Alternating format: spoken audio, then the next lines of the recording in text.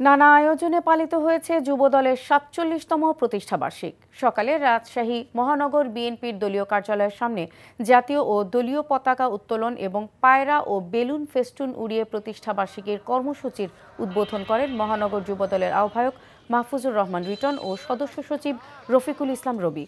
পরে নগরীর বাটার মোড়ে আলোচনা সভা অনুষ্ঠিত হয়। নাটোর জেলা যুবদলের সভাপতি এ হাই তালুকদার ডালিমের নেতৃত্বে দুপুরে উপশহর মাঠ থেকে বর্ণাঢ্য র্যালি বের করা হয়। শহরের প্রধান সড়ক ঘুরে র্যালিটি কানাইখালী জনতা ব্যাংক চত্বরে গিয়ে শেষ হয়। ময়মনসিংহ নগরীর টাউন হল চত্বরে সংক্ষিপ্ত সমাবেশ করে দক্ষিণ জেলা যুবদল এছাড়া লক্ষ্মীপুর, নওগাঁ, মানিকগঞ্জ, পিরোজপুর, চাঁপাইনবাবগঞ্জ, চুয়াডাঙ্গা, নড়াইল সহ দেশের বিভিন্ন স্থানে যুবদলের প্রতিষ্ঠাবার্ষিক পালিত হয়েছে।